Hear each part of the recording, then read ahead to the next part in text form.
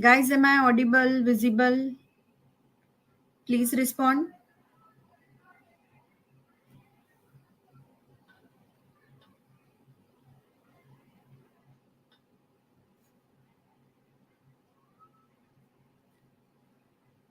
Please put your messages in the chat box.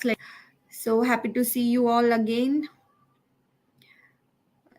We have taken the introduction of Java, in which we have seen the buzzwords of the Java, why the Java is so much everywhere in all the technology, and why it is working in background. We have seen the advantages of the Java. Then we have seen the basics, how to write a simple hello world program, and how to use if else, switch case, loops, for while, do while loop, and these are the basic things we have seen in yesterday's session, and today we will go in little bit advanced. 80 KT syllabus, yes. See, if you are having aware about all these basic things which I have covered here, that will cover the entire syllabus of the Java core syllabus. I'm talking core syllabus. Okay, advanced syllabus, yes, had to be covered. We need to cover that. That will be separately covered, and the ppts is being shared with all of you. I guess you can refer that. It is in very detail. You will have all the answers in that ppt, and it is filled with lot of programs which you can study. And today we will start with the little bit advanced concepts, object oriented programming. Now Java is a object oriented programming, so it definitely has the all the six principles which are there by given by the OOPS, and that are class, object, encapsulation, abstraction, inheritance, polymorphism. We're going to see all these features with demonstration today. So ready for it? Can we go ahead, guys? Can we begin? So guys, please allow me to share. I'm presenting my screen. I hope it is visible to all of you. Is the screen visible, guys?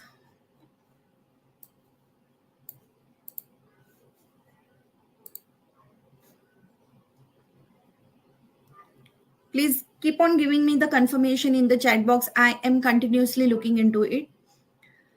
So today, yesterday it was very procedural. Let's go ahead. Today we will see object-oriented principles.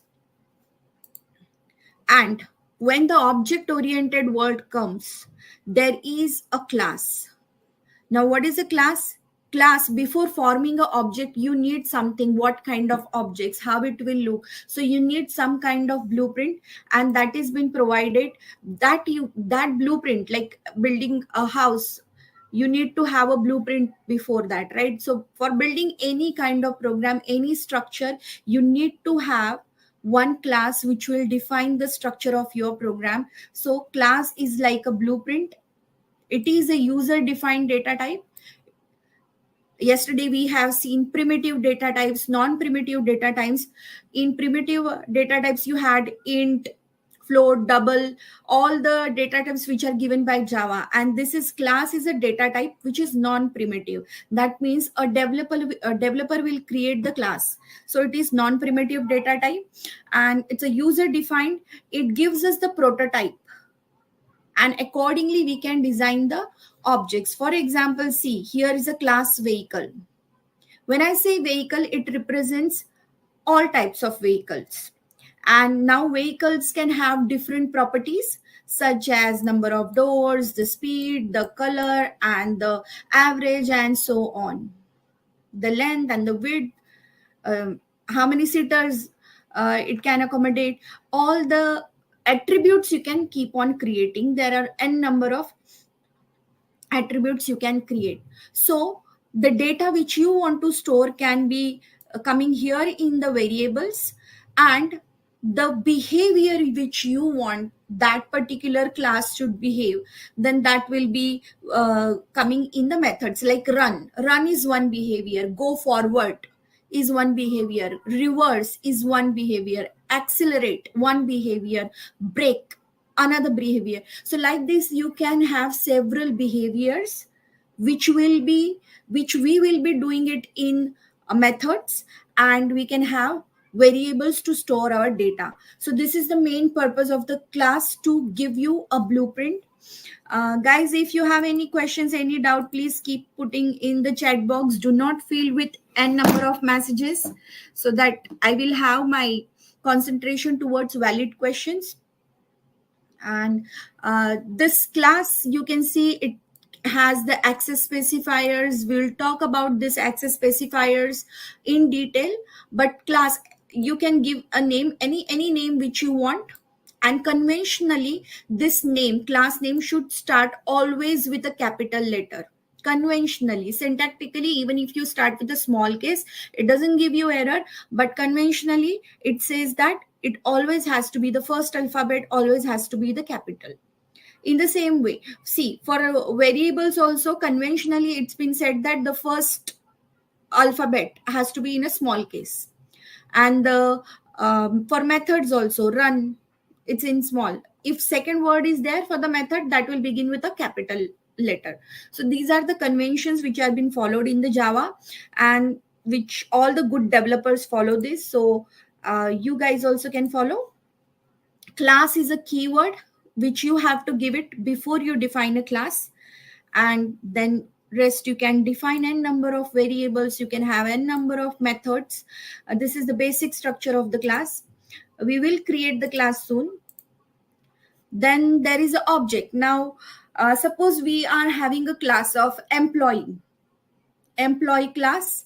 Here, if you can see, there is an employee class with the members as employee name, employee code, age, date of birth, salary. These are the members of the class.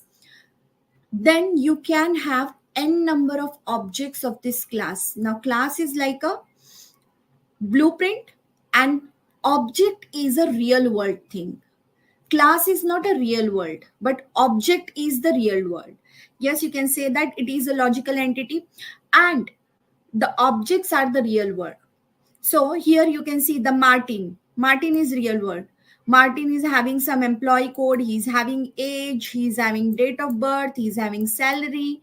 So now this object is different. Bella object is different. She is different. Every object is different. You can have n number of objects in your system, and all objects will have same kind of structure. All objects will have the same structure which you have mentioned in the class, which you are mentioning in the class. That structure will be applied to all the objects of that particular class. I hope this object is clear. Like, let's take an example. You have a customer. Customers are real world entity. You can have customer as your object. Employee is real world entity, so employee is object. So this way, animals, orders, all these kinds of, you can have classes. There is one more thing. You can have bank account as your class. Bank account will also have, like, what is the account number, what is the balance, this bank account belongs to which person. All these attributes can be there, and this can also be a object. So this is an object. And before going ahead, now we have seen class and object. Let's just execute it and see some demonstration of it. Let's open IntelliJ in the same package, org.example. If you want, you can have your own package also. Like, you can click on Java, right click on the Java folder and create a package. Say OOP. I'm creating a package called as OOP. You can see here the package is created, and now inside this package, you can have your class. Say for example, employee class, or let me have just okay, fine. Employee is the class.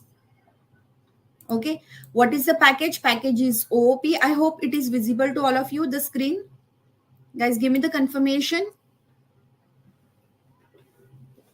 If it is not downloaded, you can download it later on. I have given a link in the PPT from where to download. Just go on the link and download whatever version suits for you. If your system is Mac, Linux or Windows, whatever, accordingly you can install.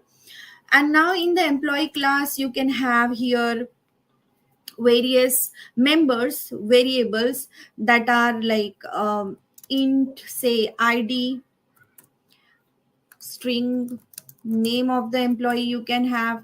Then you can have salary or long. I'll take it in a double.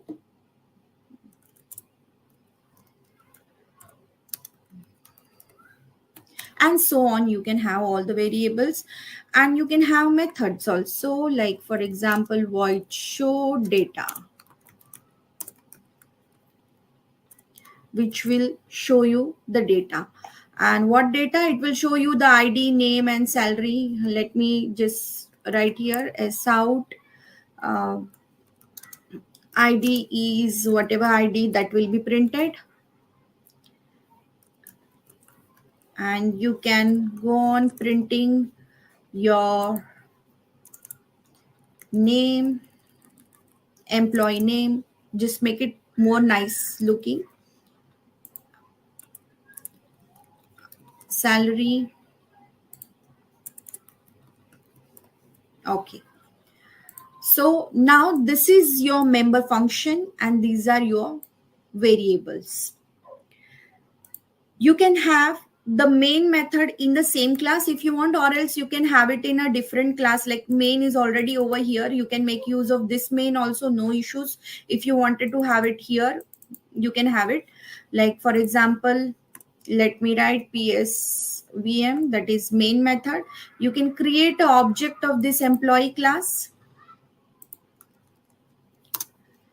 Say I'm creating the object called as Nidhi. New employee. This is my object. And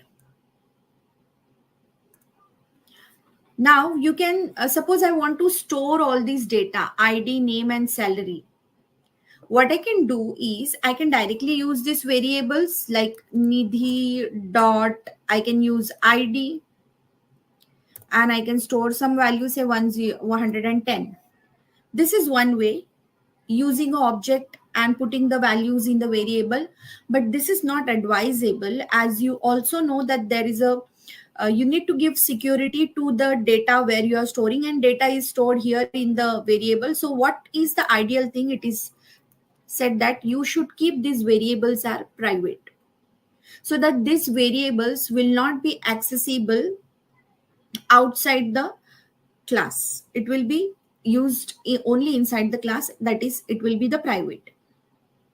Why use string array? Okay, this you are asking, somebody is asking. This is for the command line arguments. We use this string arguments. We will talk about this later. If you want to see runtime, how yesterday I have shown you how you run the program. You run the program by Java command and then you run. So at the time of execution, when the execution begin of that program and you want to enter some parameters. Now see, main is the first method to start its execution. And you want to pass some parameters to this main method, then here is the place. From here you can pass it at the time of execution. So to do that, this string args is there. You can pass the runtime arguments from here. For that reason it is there. You can also command line arguments, you can get it from here. So right now we are into class and object. So I hope this is clear. Give me the confirmation, guy. Thank you. So now Nidhi ID is 110, this I can say, but usually you should keep it private. So I'm making, always have the habit of all the variables has to be private. Okay, now if these variables are private and my main method is in the same class, but for example, say I'm having a new class, say new class, I'm employee implementation, IMP, this much I will keep. And here I am having the main method. Okay, and here I want to create the object of this. Just a second, I'll take this code over here.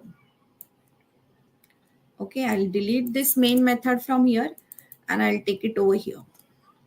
Okay, now what is happening? ID is giving me error. ID, it is telling me ID is private. Now if it is private, how to put value inside this? So let's just say only for one, we'll see set ID. I'll set some ID, say int ID 1, I'm saying. And now this ID 1 will be assigned to this ID 1 will be assigned to this ID. So I'm writing here ID is equal to ID 1. Okay.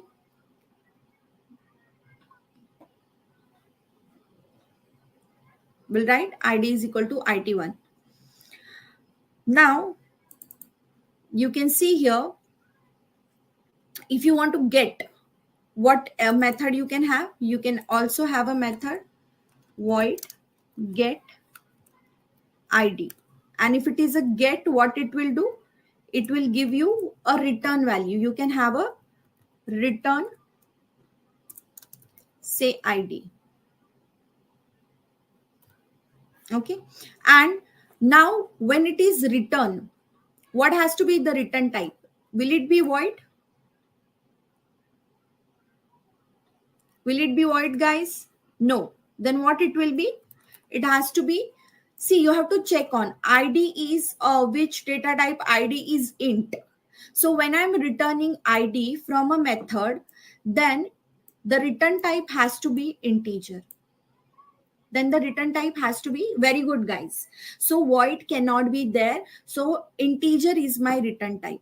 Now you can, in implementation class, you can simply write so like first you can set your ID nidhi dot set ID, and I'm setting 1110 as Nidhi's ID, and I can get the Nidhi's ID as nidhi dot get ID, and this will give me the ID.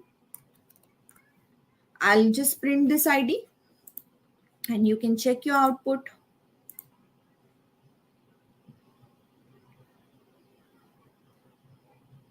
So it is compiling. Yeah. What is the ID of the Nidhi? As 1110. We can use constructors. We will be using constructor. We will be using multiple methods. We'll be overloading it. All we will be doing it, but not at once. Not at once. We will do it one by one. So currently, all of you guys, did you understood what is method? What is function? Only that part I wanted you people to understand. Okay. Let me take another example. Let me take it in main method. You simply, you are having void sum as one function which is accepting, say, two parameters, int a comma int b. Yes. Guys, what I was explaining was functions, methods. Now here, see, I'm explaining it in a very simple way. Now there is a sum function, void, return type is void. Currently it is like not returning anything, and it is accepting two variables a and b. So let me just write here s out, and addition is, you can write in the bracket equations a plus b is the answer. Okay. And in the main method, like I don't want this hello world, what I'll do, I'll just call this method, some method I will call it. How to call the method? Oh, am I not sharing screen? I am sharing screen. Guys, my screen is visible. Screen is not visible. Let me present it again. Is the screen visible, guys? Please check. I'm sharing now. Once the screen is visible, let me know.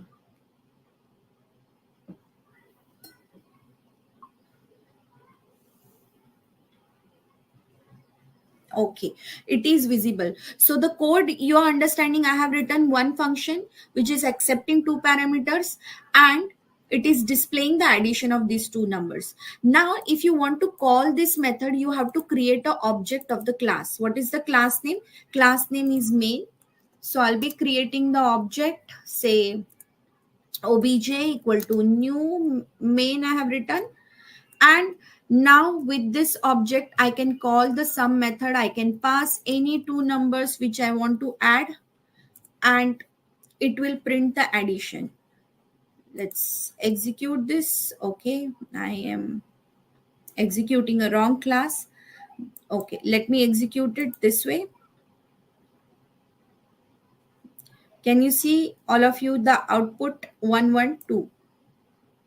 Let me do one thing. I will take this particular box on this side.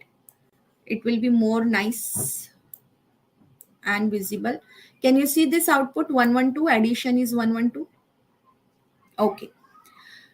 So these are the methods. You can have return type also for the method, like you can mention int over here, and we can write it here simply return a plus b value.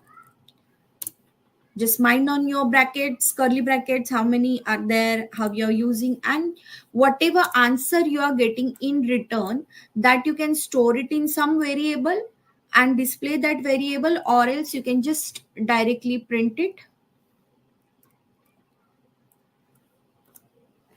this way also. This is like the return type of that function. This way also can be done. Is the function topic clear to all of you? Give me the confirmation, guys. Yesterday I went little bit fast. Today I don't want to go fast because it's like the advanced concepts. Okay, thank you, guys. What is your doubt? Please go ahead with your doubt. Okay, now see, I'm having the employee class over here, and now somebody asked me that setter and getter methods. Now if you, now just I have shown you the demo, you can set the id, you can get the id. So I can set the id, get the id, and in the same way I can set the name, I can get the name, I can set the salary. These are called as setter method, the methods which sets the value, and getter method, the method which gives you the value. These are setter and getter methods. If you want, you can manually type it and write it, but I'll give you a shortcut for setter and getter methods. What you can do is, you can go in the code, you can select generate. Currently we are studying methods. Yeah, you can select generate, you can select setter and getter method, and it will ask you, you want for one variable, two variable, or three. I can mention that I want for all the three variables, setter and getter method. So I'm selecting all the three variables and saying okay. And now you can see how the framework is helping me. Framework has created setter and getter method for all the three variables. See, get id, set id. Get method is returning you, set method is accepting a parameter, whereas return type is void. I will explain it again. See, you have to go, you can type it manually, you can type it, Prasad, or else you can go in the code and you can click on generate. In generate you get constructor, getter, setter option, and so many, or toString. You can use any of the method. I have currently used getter and setter, which is already there, and this will write the code for you. The code is here. Setter method is there, getter method is there, set name is there, get name is there. Then we have get salary, set salary. Is the setter and getter methods clear, guys? Please put it in the chat box so that I can move ahead. I'm waiting for your responses, guys.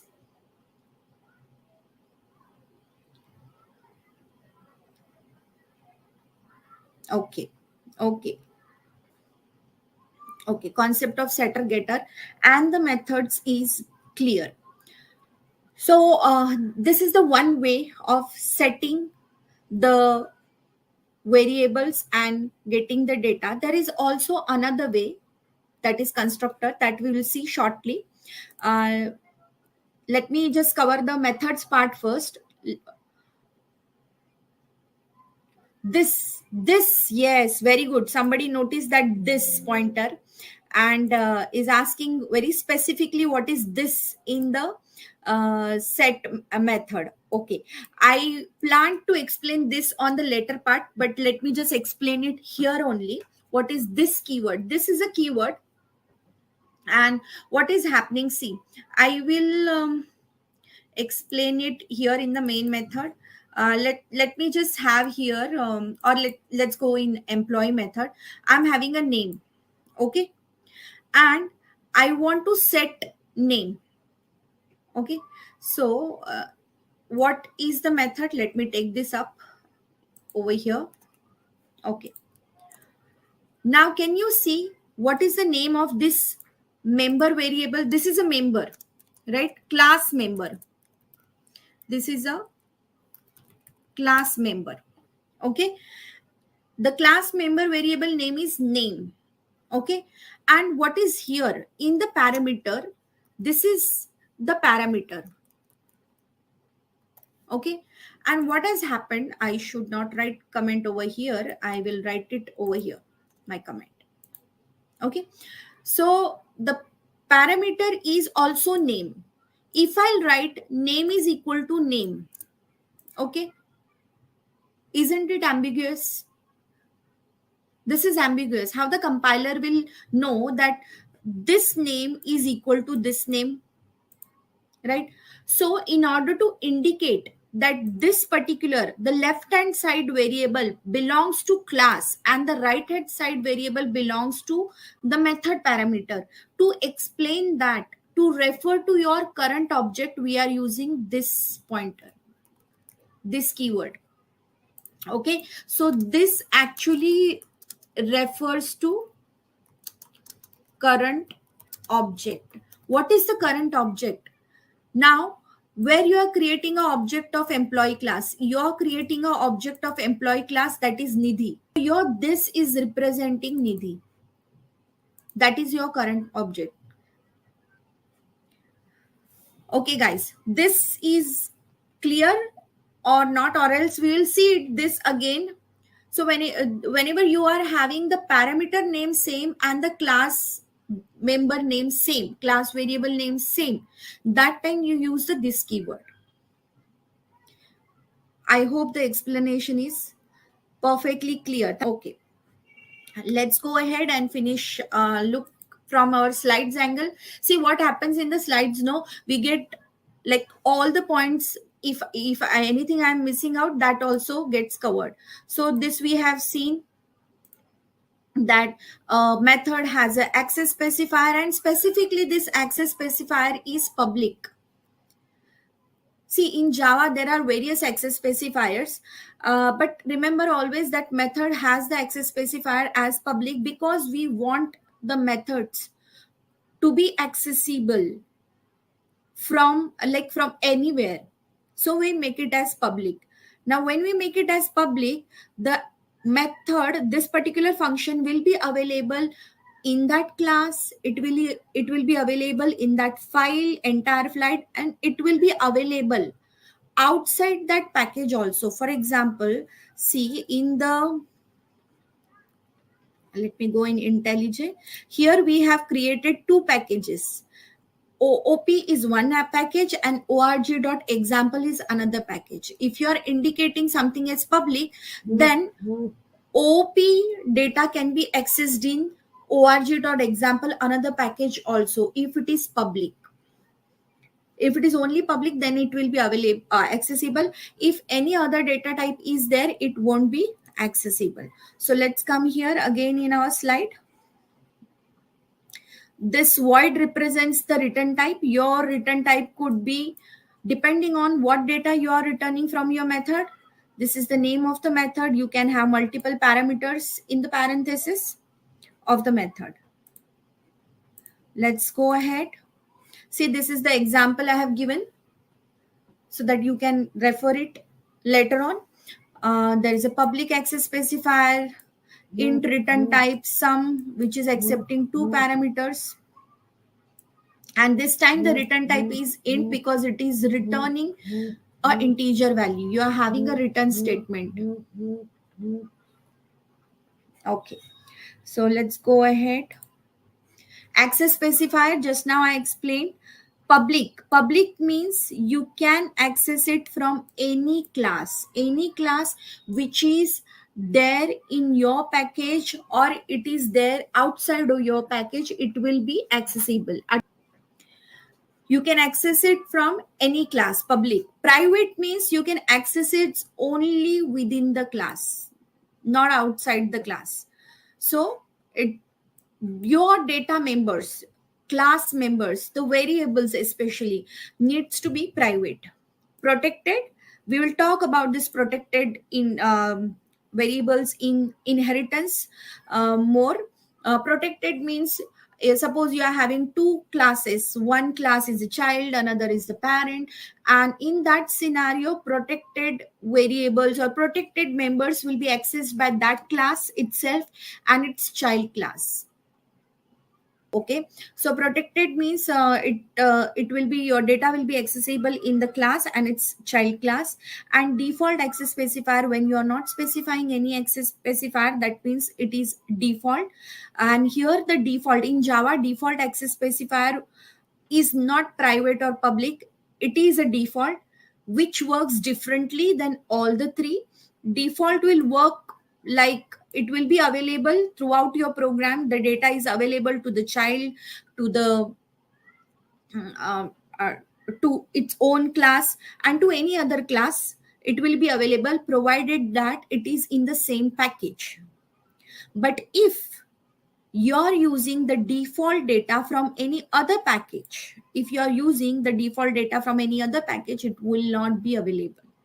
You have to explicitly make it as public. Let me, if you want to elaborate this, I can elaborate it in IntelliJ.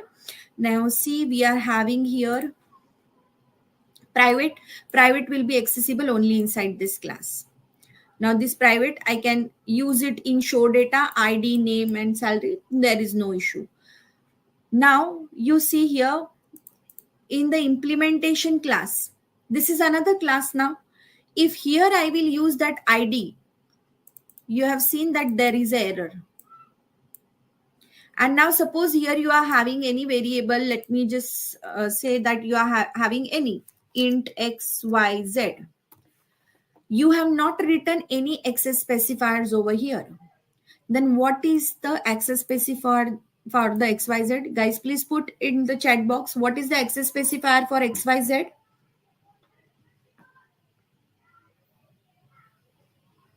Waiting for your responses.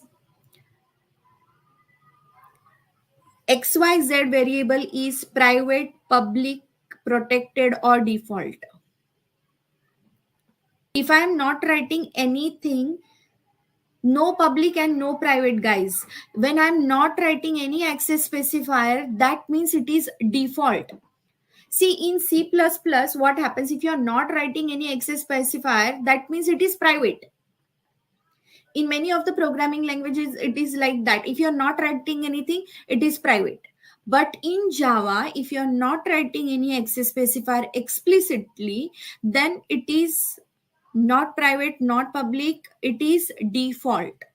Okay, please get that point. And if it is default, it will be accessible in this class, in this entire package. Now OOP package XYZ is accessible.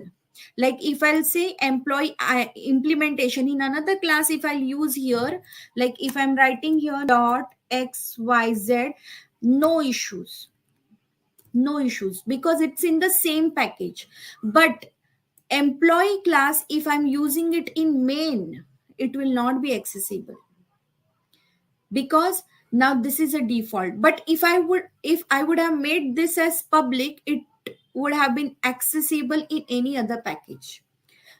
Note a difference between default and public. that public is accessible outside the package, but default is not accessible outside the package. Am I clear, guys? Can we move ahead? Can we move ahead, guys? Please respond.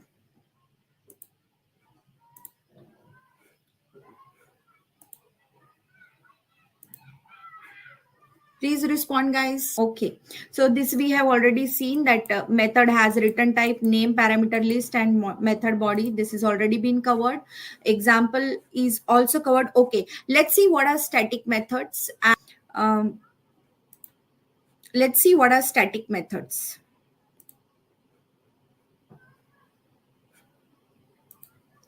Let's go into IntelliJ.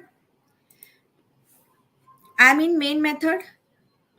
Okay, let me delete this previous method. Okay, I'll have here simply a simple method like say hello. This is my method name, say hello, and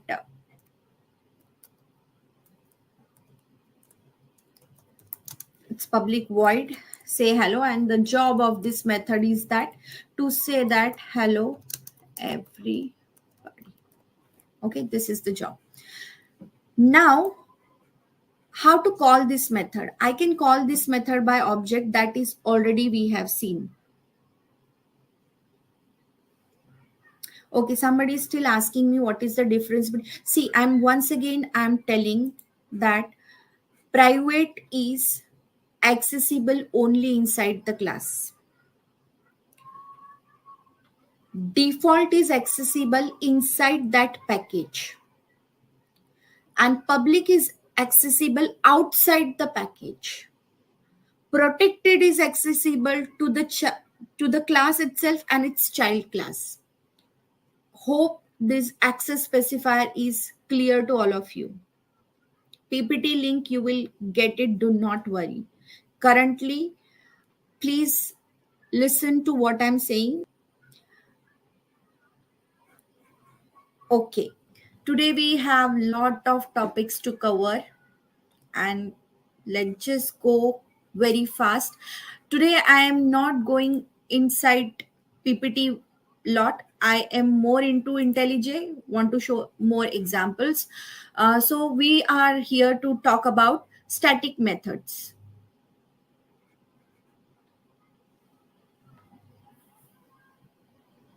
Okay, so now suppose this method is static. Let me make this method as static.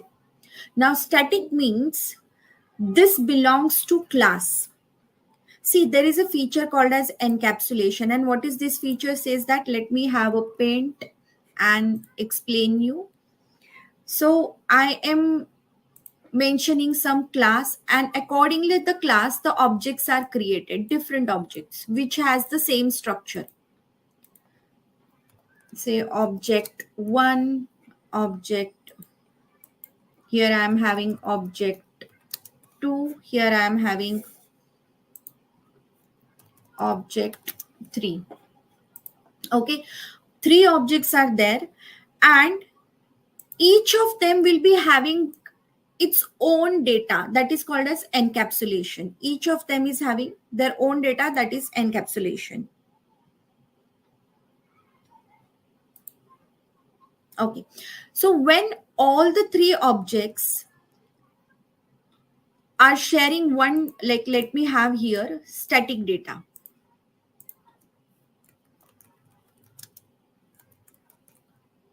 Okay, when they share one single copy, it is called as static. Okay, so static is something which is shared by all the objects. It doesn't belong to any one particular object. Suppose, for example, object 1 may have the ID as like it may have the ID as, let me mention it over here, ID equal to 100, 1001, name equal to say, object 2 may have ID as 1002 and name equal to, here it may have ID as 1003 and name equal to, this is what, this is separate, the data is separate, this is instance variable, these are instance variable or object data, this belongs to object, every object is having its different data. But when it comes to static, the three objects will have the same version, all the three objects will have the same data. This is the difference of static and the instance variable. So when I'm making this say hello method as static, that then I don't need an object to call this method, I can directly call this method in my main. See, main is a static here, main is also a static, which doesn't, static means it doesn't require object to call. So main is the first method to get called, and before main, whose object is going to come and who is going to call main? Nobody. And this is possible because of the static keyword. Okay, I hope now if you'll run this program, you can see that without object, the you have called the say hello method and it is printing hello everyone or everybody. Okay, this is static method. Let me also explain you what are static variables. Let's say you are having a variable, say int count, which is equal to 0, and I am making it as static. Now, as the diagram is there, now count variable is over here, 0. Object 1 also having the count value as 0. Object 2 also having the count value as 0. Object 3 is also having the count value as 0. Now let me do one thing. Let me create a main object, say obj1 new main. This is one object. Let me create 3 objects. Okay, 4 objects I'm creating. So it's 2, 3 and 4. I have created 4 objects of the main class, and now I'll have one more method, say void like increase count. Okay, this method I'm having, and inside this what I'm doing, I'm simply count plus plus, I'm increasing the value of count. Okay, what I will do, I will call this method by object 1, object 1 dot increase count, object 2 dot increase count, and now s out, and I'll try to print the count value. Say I'm printing plus. For object 3, I will try to print for obj3, the count is, let me write here, count. Okay, can anybody tell me what will be my answer? What will be the output? Yes, guys. What will be the output of this particular program?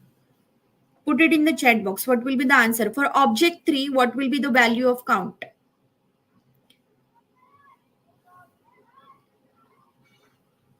Waiting for your answers.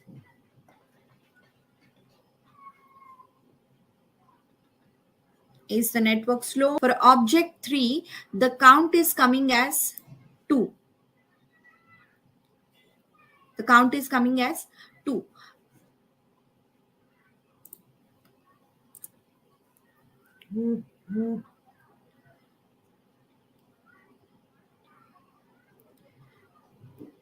I hope you all are getting it, how the answer 2 is coming.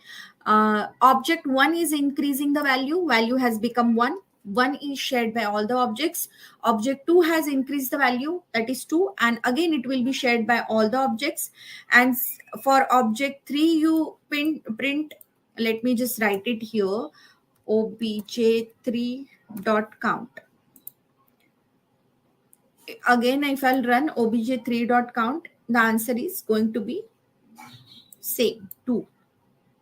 You can also check for other object, that is obj4. If you want, you can check for that also. It will be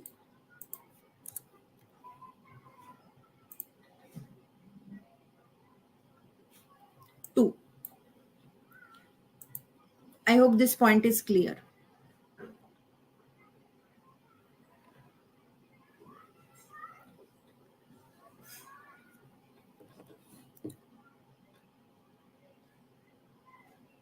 Okay, guys, let's move ahead. Static variables we have covered. If you have anything to put in the chat box, please go ahead and write it.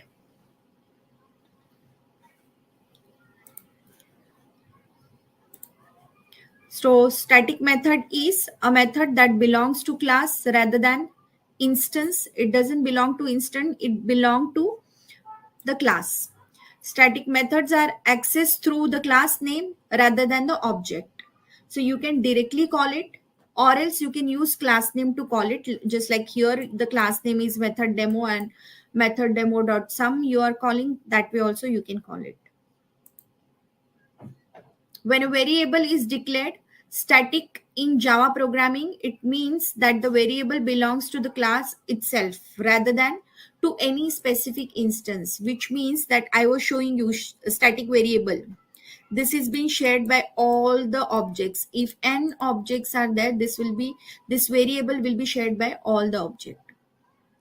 So even if any one object changes the value of this variable, it is changed for all the objects.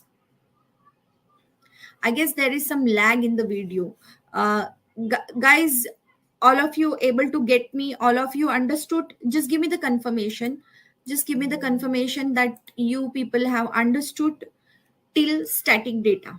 Static variables and methods is clear.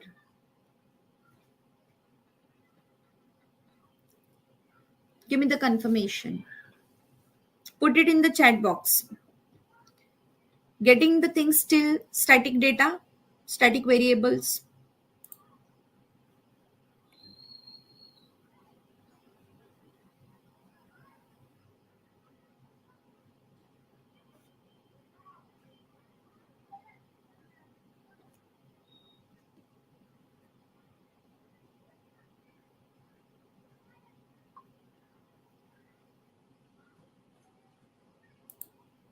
Let me switch my network.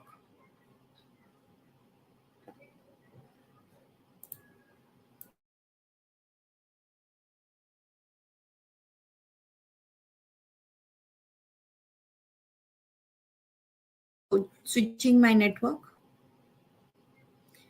Yes, guys, please give me the confirmation that so that we can start with a new topic, that is constructor.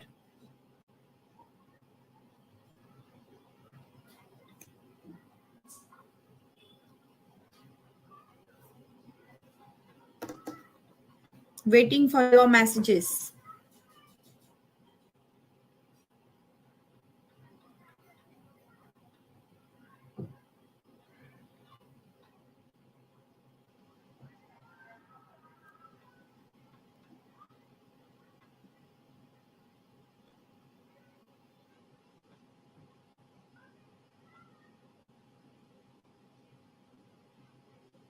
Yes.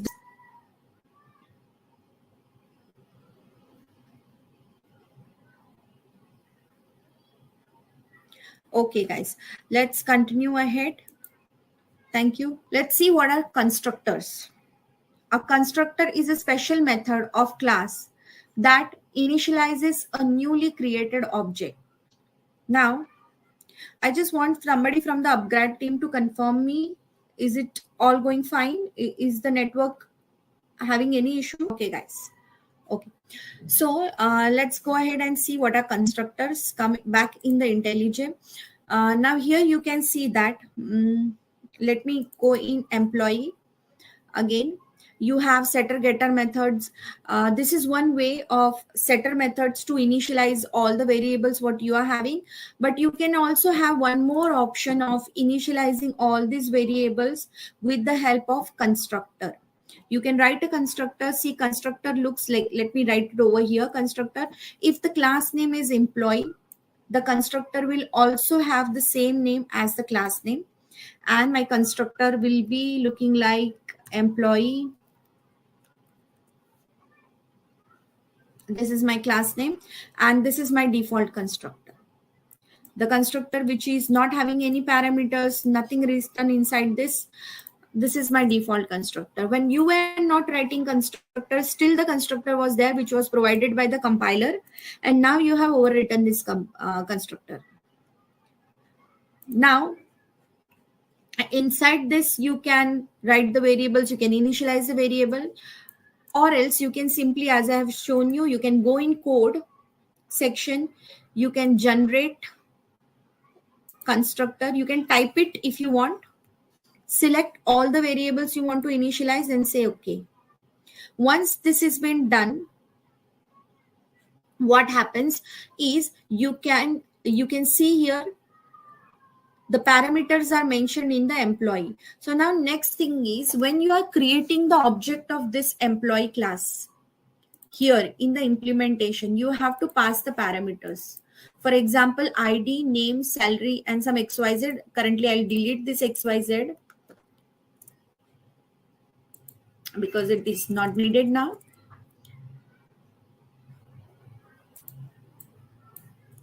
Okay.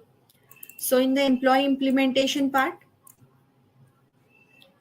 what I'll do, I'll pass the parameters as ID, name, and salary. So what is the ID? Let me just give 111. Name, you can give it as Gayatri, and you can give as salary some.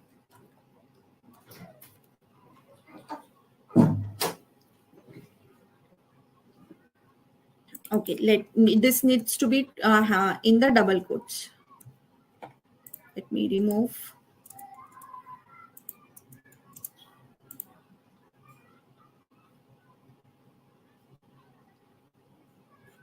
Okay, somehow the messages are not loaded. Okay, so this has been constructor initialized in the employee class. See, that error was coming, which is again gone.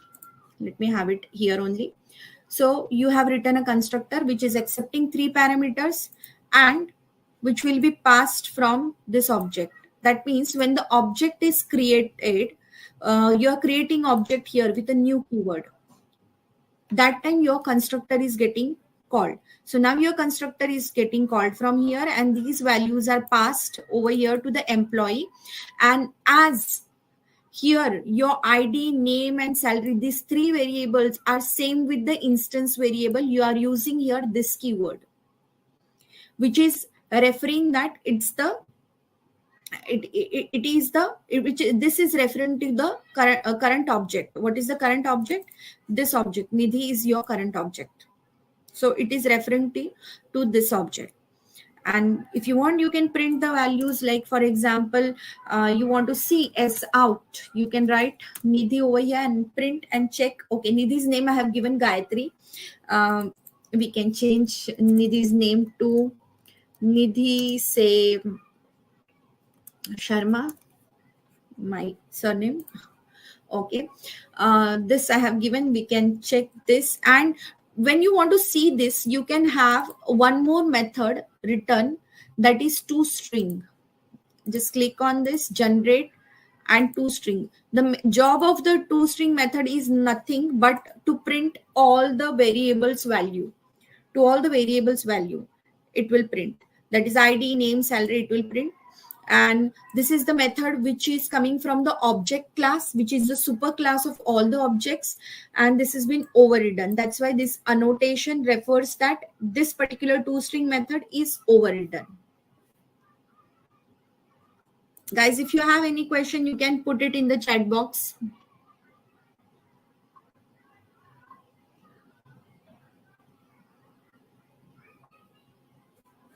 Or else, if you don't have any question, you can put no questions. Somehow my chats were not loading, but now it is loading. I can see you all your chats. Okay, so now toString method is there, and the one simple way, code generate, and you can generate toString any method you want. It will quickly generate for us.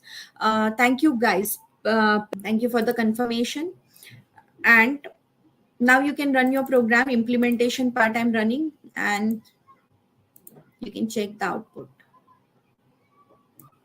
Okay, see, employee ID 111 Nidhi Sharma, and salary is some salary is coming.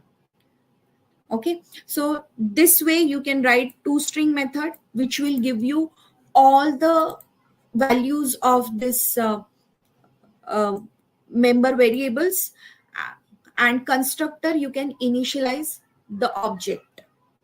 Okay, let's go ahead and look from our slides. Did we missed any point, or have we covered anything? So this is a default constructor. The constructor which is coming in front of you is, you want the constructor explanation again? Okay, let me give you the explanation again.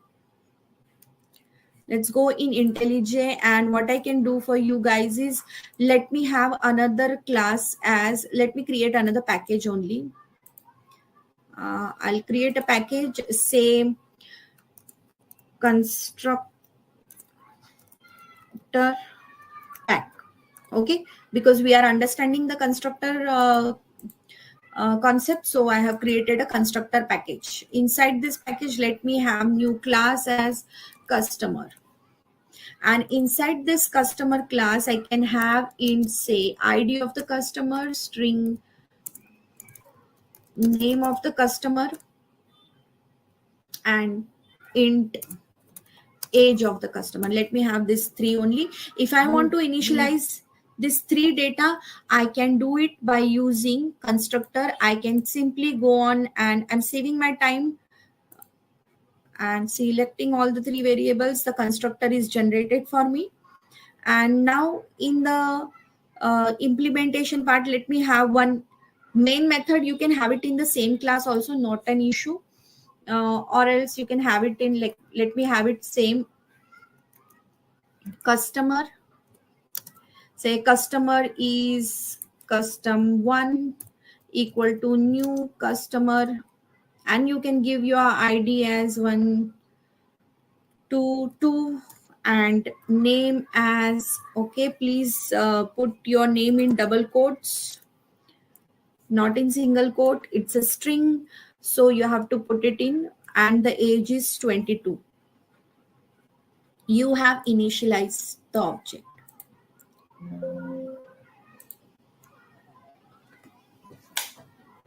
Okay, you have initialized the object. Now in the same way, you can initialize multiple objects. Like, you can have customer 2, which can be having different IDs, which is having, instead of Priya, the name is Ria, and the age is 28. And if you want to see S out customer 1 data, and you want to see customer 2 data, you can see it.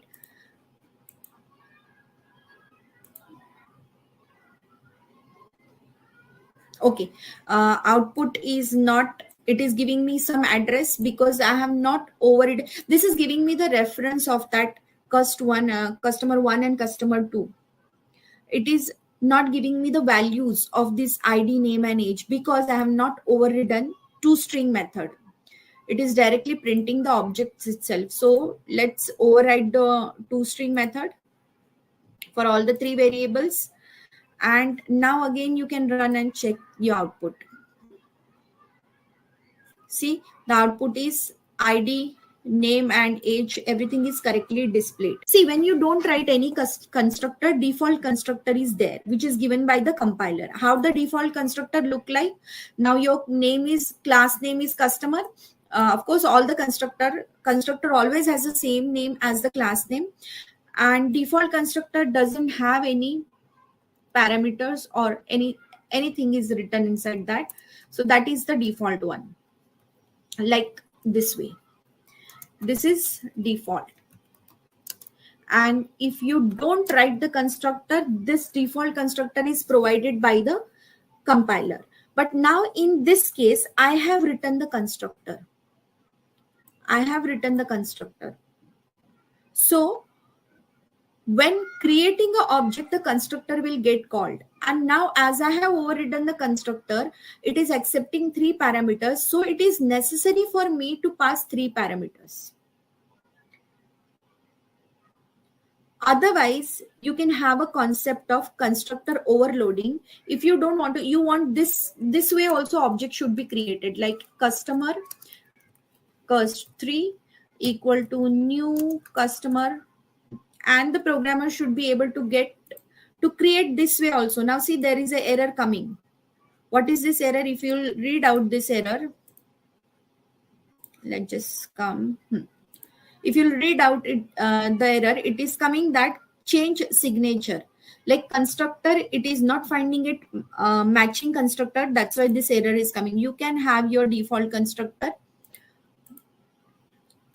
customer, and let's just have some default which is not accepting any parameter. And now this error is gone. So now in your program, you are having 2 constructors. The one constructor which is not accepting any parameters, and the other constructor which is accepting 3 parameters. So this particular concept is called as constructor overloading. Okay, so let's come here and cover our slide. So this is the one which is you are able to see is the default one. The constructor is compiler internally gives the default constructor, and when you create an object, the constructor is called. This is the default one. There is no argument constructor when you are writing some code in the constructor, but that constructor is not accepting any parameter. It is no argument constructor. And parameterized constructor, the one which accepts the parameter. See, this is no argument constructor. This constructor is not default. This is no argument because it doesn't have, this is having some code written inside it, but this does not accept any parameter. So it is no argument constructor. Parameterized constructor, the constructor which accepts the parameter is parameterized constructor. This keyword we have already covered. I have just explained you guys what is the this keyword. What is the purpose of this keyword? Please put it in the chat box. This keyword refers to what? This keyword refers to what? Please put in the chat box. So this we have seen. Okay, there is local and instance variable. One more point, a very quick point. Say you are having a big code I can see over here. Let me just delete, or else let me delete this much of code. I don't want so much of data. Okay, there is a class customer. Inside this, if you are writing in, say, ID, this particular variable is called as instance variable. Instance means what? Instance means object. So this ID is the variable which is for the object. For example, we are having string name. This will be also called as instance variable. Okay, but suppose when I have a method, and inside this method, when I declare any variable I, or I declare like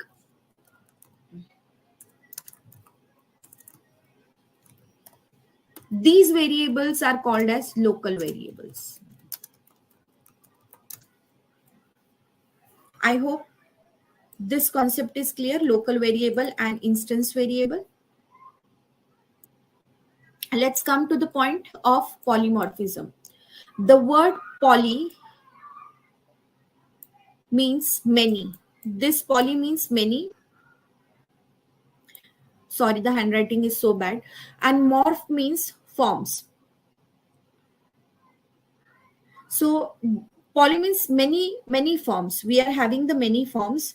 So now this many form can be achieved in 2 ways. Polymorphism can be achieved in 2 ways, that is compile time polymorphism or runtime polymorphism. Now in the compile time polymorphism, which is also called as static binding or early binding. Remember this word. If anybody is saying static binding or early binding, that means it is referring to the compile time. And when somebody is saying runtime or late binding, it is referring to the dynamic time. Okay, so now polymorphism can be achieved with the three practical ways, that is method overloading, constructor overloading, and method overriding. We have already seen constructor overloading. Constructor overloading, just now I have shown you by having 4 versions of the constructors. And now we can have an eye on method overloading and overriding. Let's have a look on how it looks. Let's go in IntelliJ. Say we are having as, let me have it over here, method. Okay, I am writing sum as one method, which is accepting, let it accept 2 parameters, say int a comma int b, and inside this it is I'm printing the addition is, and I'm printing the value of a plus b. I can also have one more version of sum, which can accept 3 parameters, a plus b plus c. You can also have, you can have n number of versions. I'm just creating few versions and to show you. Some you can have the return type as float, and inside this you can have, say, float a, float b, you can have int or float, whatever you want. I just want to create different versions. Okay, as it is return type, I have given float. What will I do? I will just return this value. Okay, so now this is 3 versions of sum is there. This is called as function overloading.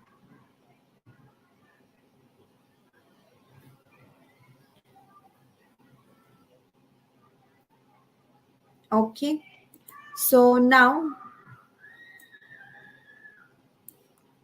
if you want, you can call it call in the main method, say customer object, you can create over here.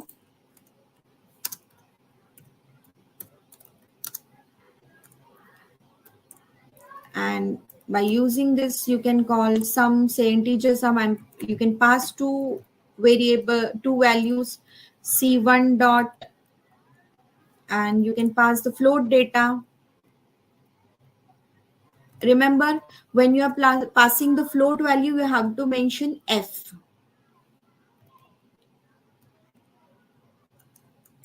Okay, and you will get the answer.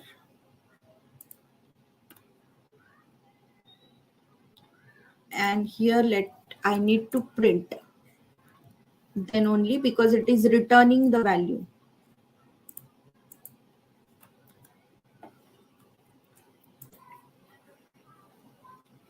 Okay, let's run this. Addition is 46, and here you can see 135.66. Interfaces and all that is we are going to cover, but it will take time. Interfaces, we have to reach to that point. Okay, so let's go ahead. I hope this is clear. Method overloading is clear, guys. Construct, we have covered method overloading and constructor overloading. Let's see method overriding. Method overriding, we will see it in inheritance. Let's begin with the inheritance and then see what is overriding means.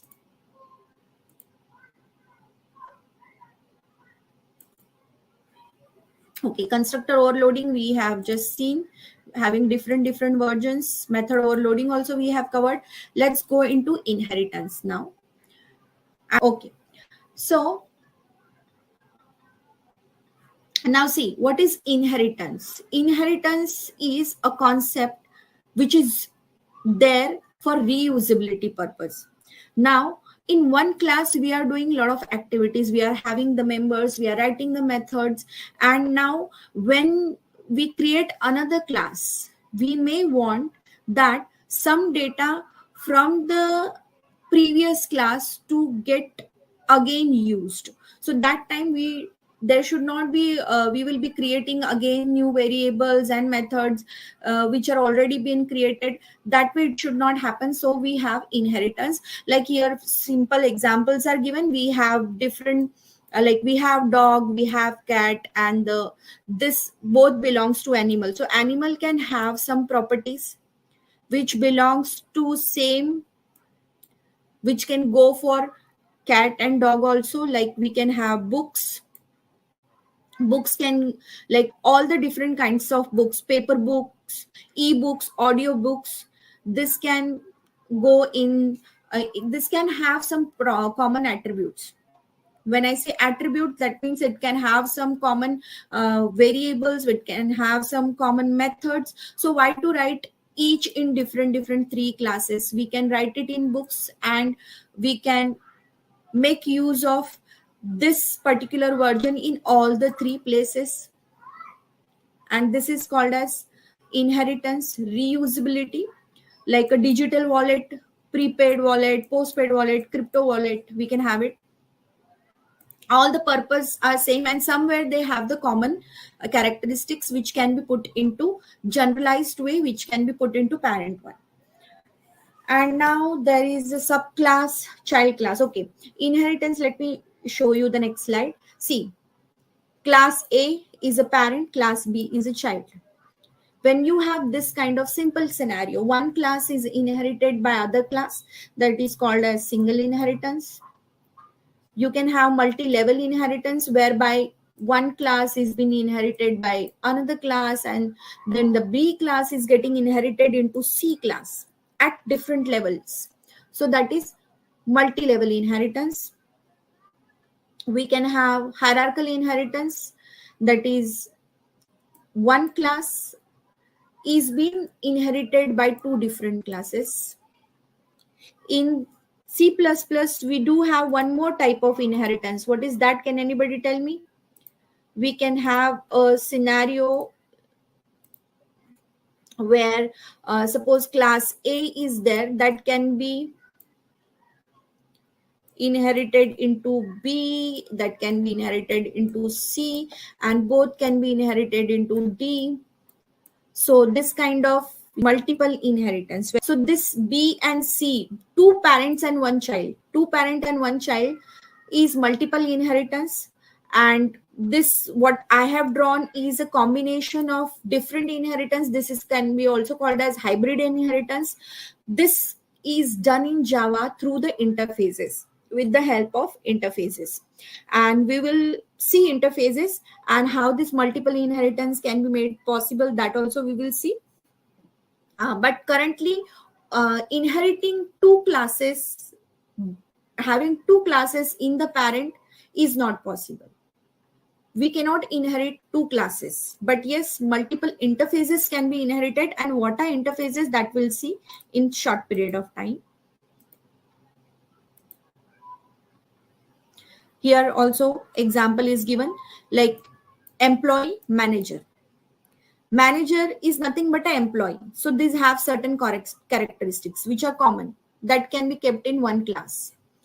Multi-level, you can have an example. There is an employee, there is regional head, and in below to the regional head, very specific is a regional delivery head.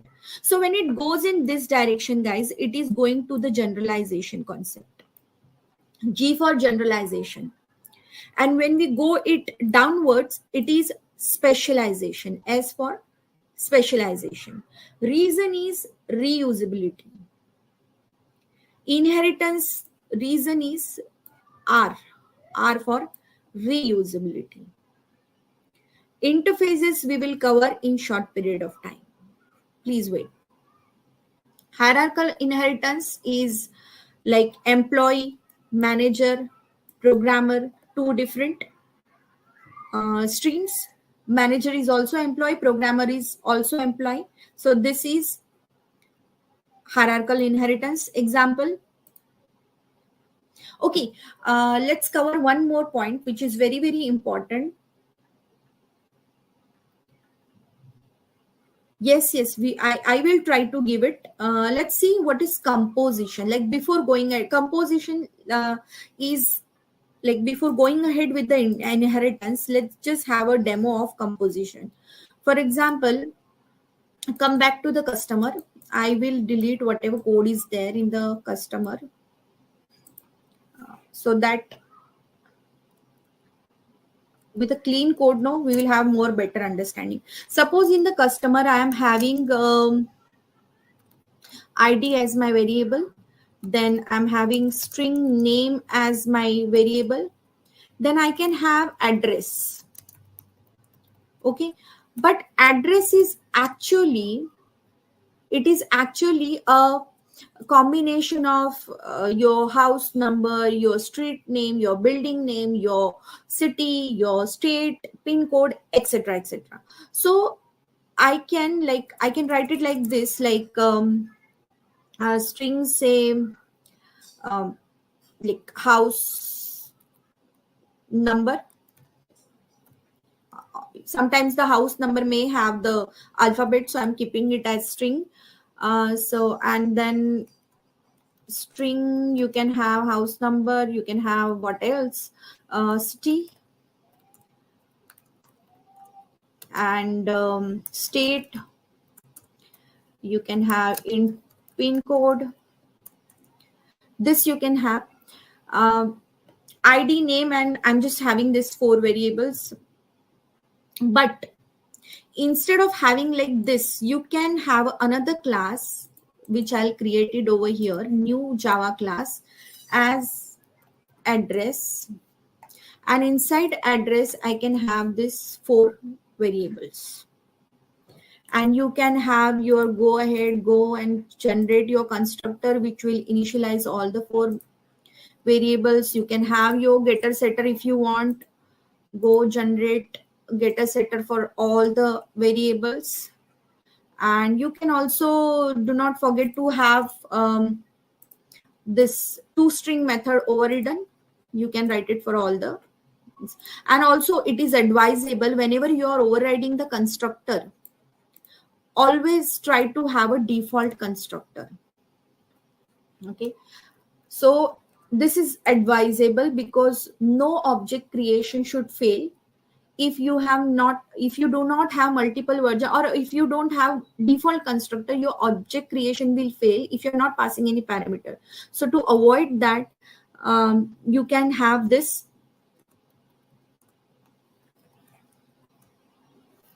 constructor, default one. So see, in no time I have written such a big code. It's a 60-line code. Not even 1 minute we took to write it with the help of this framework.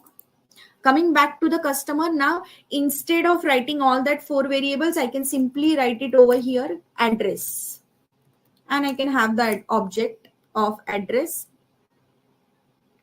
And you can have a constructor for customer also.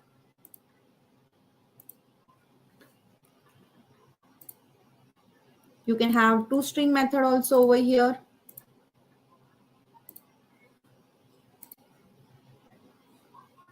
Okay.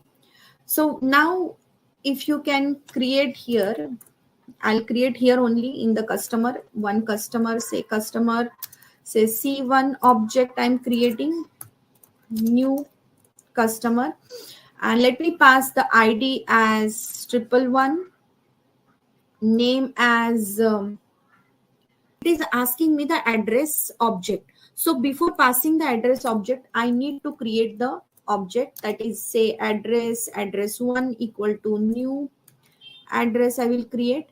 And this needs the first parameter, what it needs, the first parameter, house number, city and state and pin code. Okay, say house number B1, then it needs city is say Mumbai, state it needs Maharashtra, and pin code, it could be any pin code. Okay, this object address 1, I can pass it here. Okay, and you can just print C1 object. I have written toString, that's why the answer will come. And now when you see your output, see it, observe it, it is indicating all the details, address in a proper way, in a proper format. Guys, are you getting this example?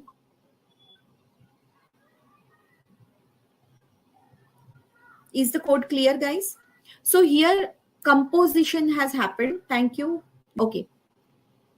So this is a composition. What relation we have done here? Customer has a address. So in the customer class, I have passed an object of address. This is this kind of relationship. You can call it as has a relation. That customer is having inside address object. This is has a relation. And now we can go ahead and see the inheritance. I hope this has a is clear to all of you. Employee has an address and it's a has a relation. Whenever there is a has a part, it the address object will be inside the employee. Always remember this. The object will be in the other class.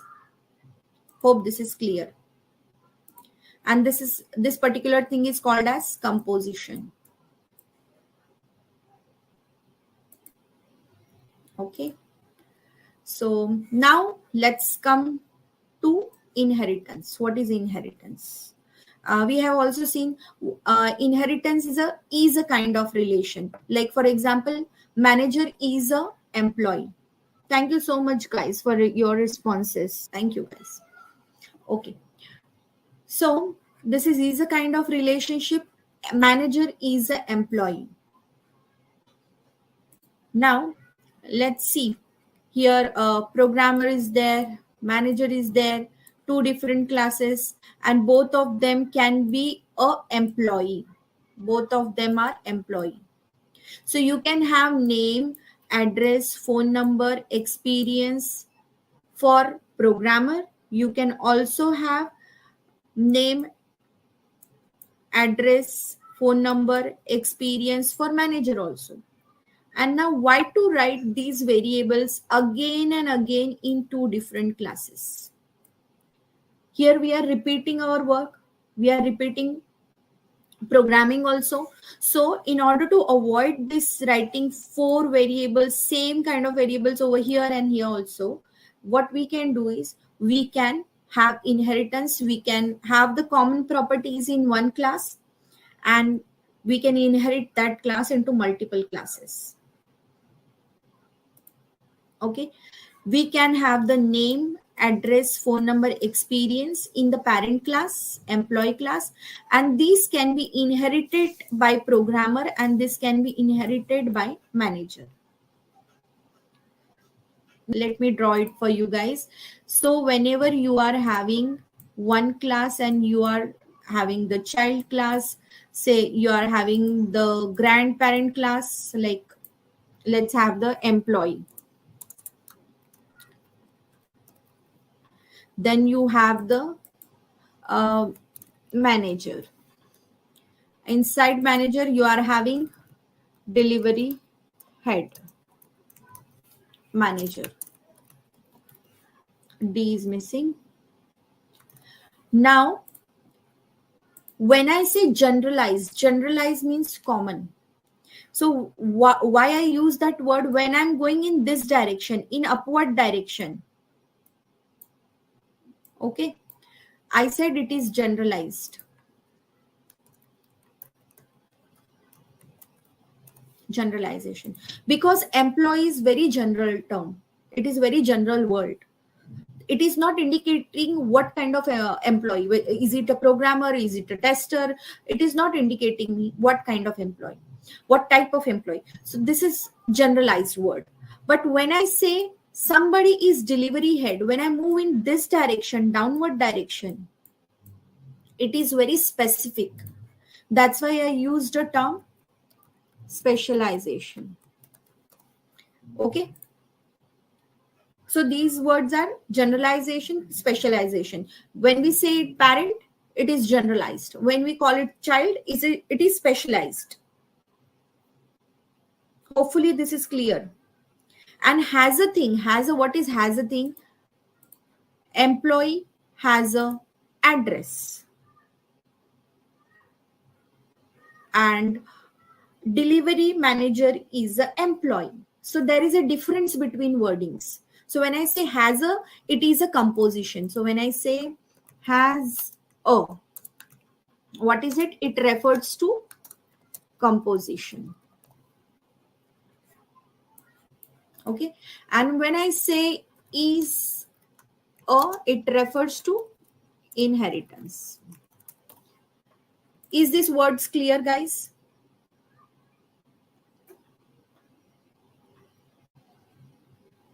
Is the words clear? Has a, is a, generalized, specialized, all these words are clear?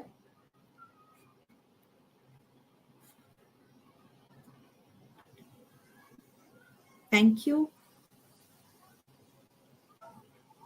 Okay, let's move ahead.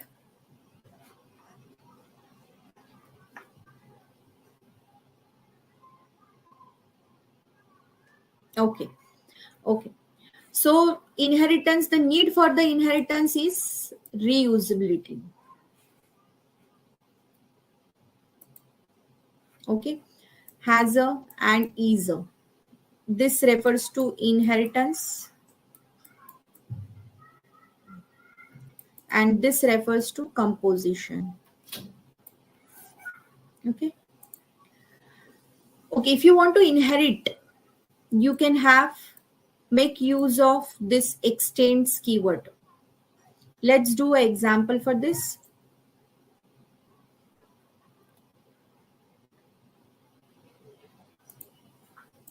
Let's do example. Let me create another package, new, say package inheritance demos. This is my package. Inside this package, I'm creating a class called as employee. And employee class is having certain data, as I'm creating many times this classes, ID, string, name, and we can have address and all, but let me cut short it.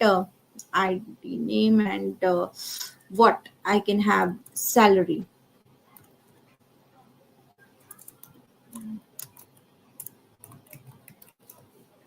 Okay. You can have your constructor on the place. You can have your toString methods.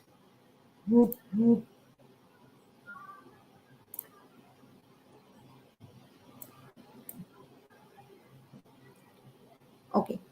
And now, suppose you are having a class, one more class you are creating, say Java class, and that class is manager. Manager extends employee. Now, when manager is extending employee, what is happening? All its features can be accessed here in the manager class. If you want, you can keep these variables as private, then it won't be accessible. You can make it protected. So now manager is extending employee. So these features are accessible. I can have a very specific to manager task. That is, I can have say team size. This different variable I can have it. I will have a constructor for manager, that is generate a constructor for manager. Okay, but how the constructor is generated? See, manager is accepting ID, name, and salary. Okay, see, you can make use of super keyword like this, You can write super dot some variable ID. It will call the parent class variable. If you're writing like this, you can write super dot some method name. For example, have I written any method? No, but you can write some method name. It will call the parent class method. But if you want to call a constructor, you can just simply write super. If you want to call a variable or method, you can write super dot and call whatever you want. So right now it is calling the parent class constructor, and these three values will get initialized from the parent class, and team size is getting initialized over here itself. And now you can create a object of here also. Let me have the say toString method for all the variables. Okay, and you can have the main method in this class, or else if you want to have another implementation class, that is also fine. You can have the another class also. Right now I am writing in the same manager class, because in next 10 minutes we have to, let's see if it is possible, we will cover I wanted to cover today that abstract classes and interfaces also, but we are having 10 minutes now, and let's see if it is possible, we'll try to cover today, or else we will take it tomorrow, abstract classes and interfaces.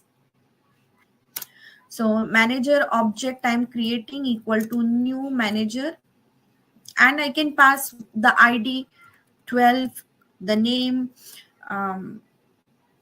Priyal, and the salary, we can have some salary, and team size of 12 people. And if you want, you can simply do some manipulations, some task you can have, or else you can just have object and check the value. I'm writing right now just the object, toString is written.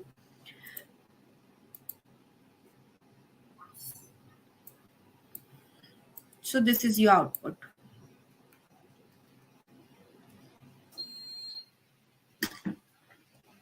Getting it, guys? Inheritance we have done.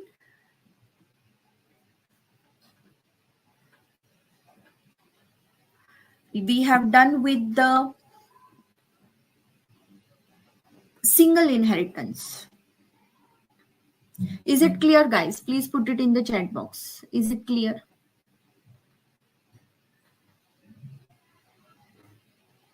If it is, we will go ahead. Okay. Okay, let's see ahead. Inheritance I have shown you. And okay, there is one more concept, method overriding. Let's finish this concept. Method overriding, like polymorphism. In polymorphism, we have covered method overloading, and we have covered constructor overloading. But dynamic polymorphism, runtime polymorphism can happen with the help of overriding. Now, overriding means, suppose you are having now employee is the class. Here you are having some method. For example, let me create one method. Say void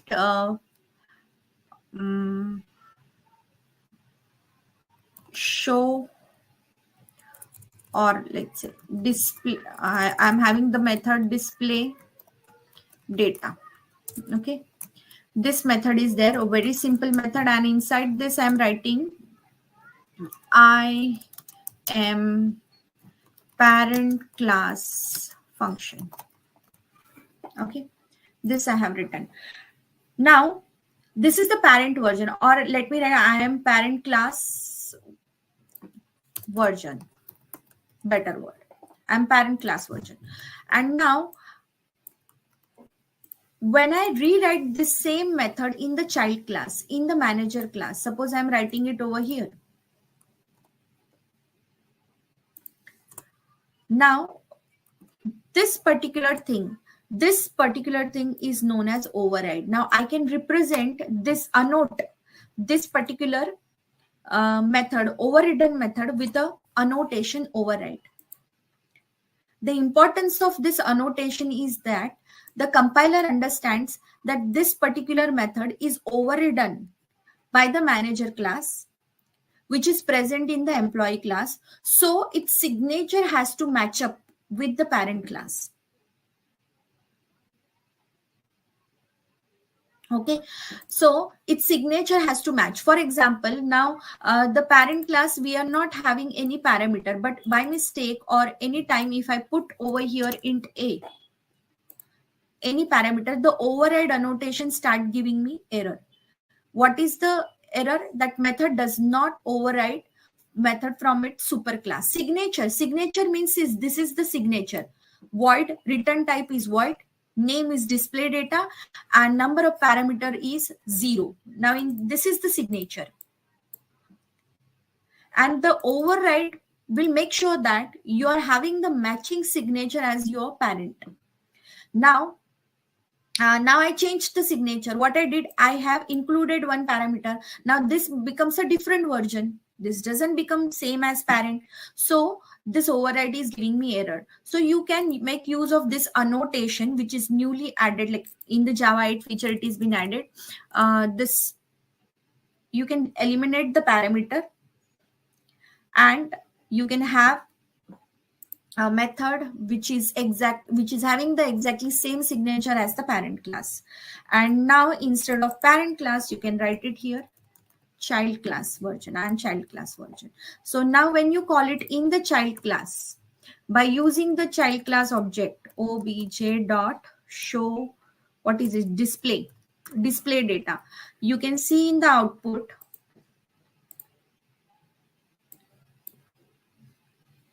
and child class version.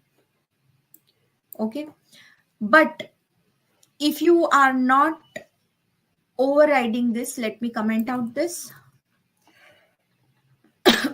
And if you run this, it will give you the parent class version, because parent class is having this method. And if you don't want this version, if you don't want this code, you don't want to use the way your parent has written the code, you want to have your own code for in your class, child class, very specific code, then you can write it, you can override it and write it. That's the concept of override method. Is the override feature clear? Method overriding is clear, guys? Okay. Can we quickly cover abstract classes and interfaces, or shall we take it tomorrow?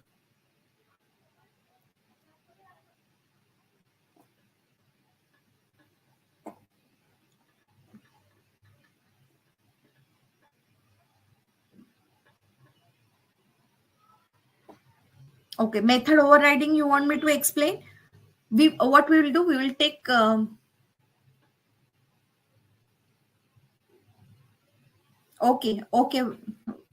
okay guys, I can understand we are sitting from 2 long hours, so let's see the concept tomorrow. But I'll once again repeat the concept of overriding. Overriding means, let me come here in the notepad and explain you what it simply means. Suppose there is a parent class, you are having a parent, you are having a child class,